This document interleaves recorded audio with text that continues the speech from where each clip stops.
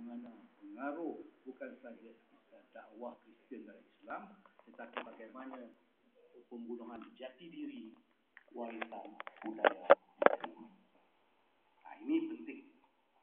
Jadi kertas kerja ini saya kemukakan berdasarkan kepada bermula penulisan. Saya rasa media, baik saya gunakan perkataan media lebih luas dan lebih pada kontekstual. Saya tak akan baca kertas kerja ini, saya hanya membincangkan ulasan dan juga cadangan saya. Pertama sekali saya berdasarkan kepada buku Indonesia Komunikasi Islam. Susah nak buku tentang komunikasi Islam. Yang kedua, saya rasa satu buku PhD juga yang menarik, iaitu Muhammad Komunikasi Qur'aniyah. Maknanya menarik untuk kita baca dan kita perluaskan. Di Malaysia saya tak nampak dengan jelas buku-buku ini, dan sebab itu benda yang berkaitan dengan media dan komunikasi Islam tidak dihati dan diperkembangkan di pengajian tinggi. Itu cabaran yang berat. Saya dalam komunikasi saya tahu. Kita belajar teori-teori komunikasi, Tuan Haji Mansur pun ada. Komunikasi barat itu beratusan. Tapi bila kata komunikasi Islam tak diterima, tak dipakai, yang menentang dia juga orang Islam. Pensyarah-pensyarah Islam yang tertaksub dengan teori-teori barat ini, inilah kajian. Jadi menilai masyarakat Islam berdasarkan teori barat, saya rasa berbeza dengan kalau kita menilai masyarakat Islam berdasarkan pada teori komunikasi Islam. Nah, ini dari segi ilmu bagaimana kekurangan yang kita dapati yang jelas. Jadi sudah sampainya kita memainkan peranan penting agar komunikasi Islam penting sebagai panduan selaras dengan negara kita, agama Islam, agama persekutuan. Jadi dalam hal ini, sehubungan ini dalam berkaitan dengan dakwah Islamiah. Bagi saya dakwah ni ada dua, kepada orang Islam itu sendiri dan kepada orang bukan Islam. Dan dalam hal ini kita kena bersama-sama dengan pemerintah yang sokong gerakan Islam untuk kita wujudkan perpaduan, bukan perpecahan. Bila perpecahan di kalangan umat Islam, maka dakwah Kristian akan masuk. Daya liberalisme, pluralisme, hak asasi yang bercanggah dengan nilai murni kita akan masuk. Sebab kita berpecah. Sebab itu, bila dalam kajian saya selalu gunakan, saya bukan ulama, tapi saya gunakan tokoh-tokoh ulama punya pandangan. Tapi bila saya baca, saya pergi Mekah, saya baca Quran sampai habis, saya faham terjemahan. Saya baca terjemahan. Orang baca, betul lah kita baca sampai habis terjemahan. Saya tertarik dengan surah Al-Hujurat. Betul-betul saya baca sampai di Mekah, di Masjid Madinah. Masa itu Mahal Hijrah. Sebab ini satu kenangan saya, sebab saya pernah dapat tokoh Mahal Hijrah masa. Jadi saya dapat baca surah. Jadi surah inilah jadi panduan, iaitu hendaklah pertama umat Islam bersatu padu.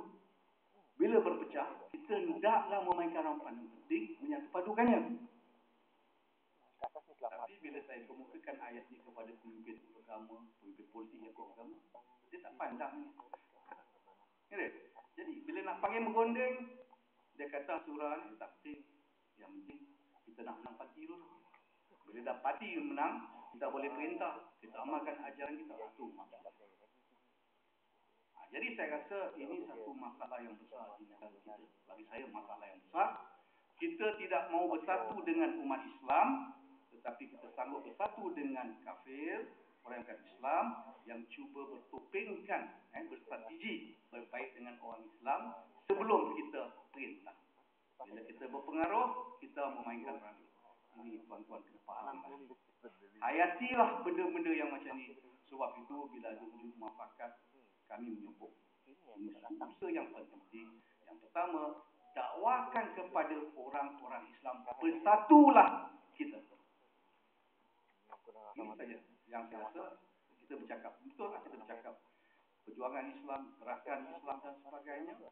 Bagaimana yang di kalangan pemikiran masyarakat.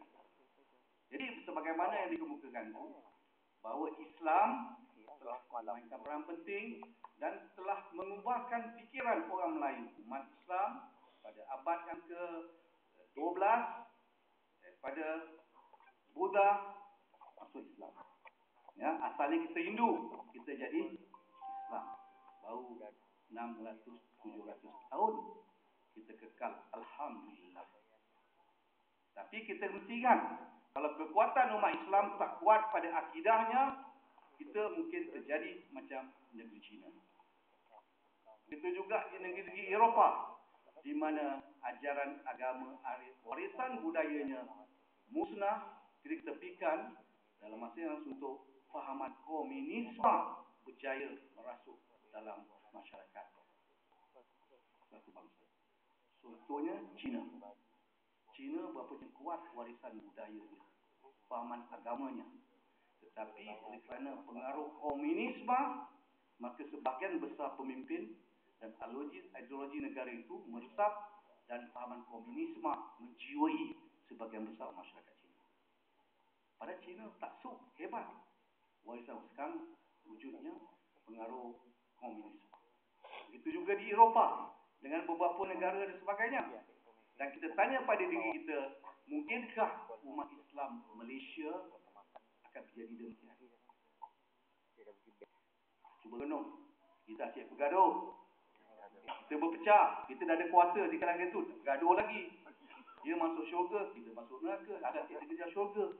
Mengapa tidak bersama-samalah ke syurga? Bersama-samalah bersatu. Kalau kita berfikir ini, insya-Allah kita akan berjaya. Sebab itu kami dalam perjuangan, kami berfalsafah macam ini. Siapa perintah kita sokong, lebih lagi perintah itu menyiarkan syiar agama Islam. Tak guna nak berpecah-pecah. Benda kecil dibesar-besarkan. Jadi nak berteori, kalau nak perintah balik, lepas tu kita akan buat cara dasar baru. Besok takut-takut. Yang ada kita kukuh. Jadi berdasarkan kepada hakikat ini, media sangat penting memainkan peranan dalam menyebarkan syiar agama. Jadi tuan-tuan, yang saya punya tajuk sini berdasarkan masalah, saya kata media sangat penting. Yang pertama sekali, media dari segi akademik, teori komunikasi Islam ataupun berkenaan dengan Islam tidak penting diutamakan. Tuan Haji Mansur tengoklah silabus yang ada, tak ada pun perkataan teori ataupun komunikasi Islam. Bila nak suruh buat, yang menentang bukan orang asing. Kebanyakan media tadi ada orang kita yang menentang. Ini cabaran. Ini saya usulkan kan. Maknanya teori dan konsep komunikasi Islam. Di kalangan kita, ini masalah kita yang besar, tuan-tuan. Pengaruh, maknanya penjajahan minda meresap di kalangan intelektual kita. Belajar barat, kita ikut barat. Think global, act global. Sedangkan kita nak think global, act local, berfikir secara global dunia, ikut perkembangan. Tetapi tindakan kita mesti berdasarkan pada lokal, iaitu ajaran agama kita, fahaman warisan budaya. Jadi itu yang pertama yang saya perhatikan. Dan yang kedua, tindakan berhubung dengan media. Bila media, bagi saya, kita kena kawal dengan tapis supaya media kita bukan bebas. Jadi tuan-tuan tengok berapa yang berlaku. Misalnya alhamdulillah kita boleh bertahan macam di Eropah. Misalnya di Eropah, konsep kebebasan ini sangat penting. Walaupun dia bercanggah dengan ajaran agama, bebas manusia. Ini pun satu masalah sedang meresap di kalangan rakyat orang Malaysia. Kita nak hak asasi seperti bangsa-bangsa bersatu seperti di Eropah.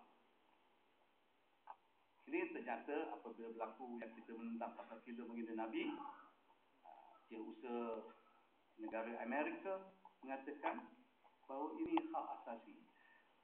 Senang saja. Dan suara-suara itu meresap di sebahagian besar di kalangan rakyat kita juga ada. Itu hak asasi. Sukatilah dia nak menentang. Sukatilah. Itu dunia ada ikrar. Saya rasa inilah peranan kita menentang. Iaitu hal-hal yang berkaitan dengan media yang kata hak asasi manusia dan sebagainya, kita kena awasi, jaga. Inilah sistem komunikasi kita. Jadi yang ketiga, saya perhatikan dalam hal ini, media kita ni dah terlampau pun banyak terpengaruh dengan barat kerana kebebasan tadi, nilai murni dan sebagainya. Kita kata dalam perlembagaan mengatakan bahawa Islam agama persekutuan, jadi agama persekutu. Pasal 11 mengatakan agama lain tidak boleh mendakwah kepada orang Islam secara berterang-terangan. Berterangan tu maknanya melalui media, internet ke apa-apa berterangan. Tapi proses dakwah Kristianasi sebagainya telah meresap banyak sekarang. Tuan-tuan, ini amat merisaukan dan dengan simbolik-simbolik yang selalu dilakukan, fahaman Kristian, fahaman Jews, Israel dah cukup banyak meresap. Sama sekali. Jadi simbolik-simbolik generasi muda, dia pakai pakaian lambang-lambang dan sebagainya. Inilah proses dakwah yang dipuja, yang disanjung tinggi oleh masyarakat kita dengan cara tak sedar dalam hatinya bahawa itulah dakwah slow and steady, perlahan-lahan akhirnya merosakkan pemikiran dan mentaliti anak kita dan akan membunuh jati diri kita, berteraskan ajaran agama Islam dan nilai budaya warisan kita. Seperti kata pepatah, agama dijunjung, adat dikendung, semuanya nak dihapuskan dengan dakwah-dakwah Kristianiti dan dakwah. Ini cukup banyak, tuan-tuan, dalam media.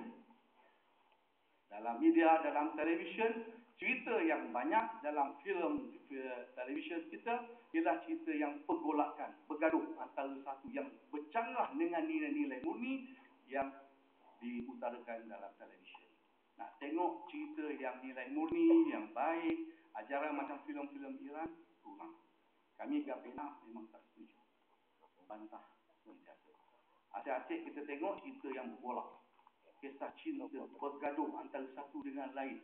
Fierce, tension. Memenang filem award di Malaysia yang berjaya pun, filem yang tension, gangster Kuala Lumpur.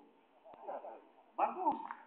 Filmnya bagus, tapi mengapa tidak kita pemikir Islam duduk memikirkan bagaimana perjuangan umat Islam dari susah jadi sedang, yang tidak berilmu jadi ilmu pada ilmu, pada negara yang tak bersatu, umat Islam bersatu dan umat rakyat Malaysia pun bersatu padu, berbilang bangsa. Filem yang macam ni. Sebab itu saya secara peribadi berhajat nak buatkan satu filem ataupun sebagainya, filem yang macam ni, hero Islam, hero yang satu padu dan boleh jadikan contoh. Saudara cuba di mana ada filem-filem yang ada televisyen, saudara tengok apa, semua benda-benda yang tension. Yang ibu-ibu ni asyik tengok suka filem Korea. Ya tak? Indonesia banyak. Sebab media main peranan.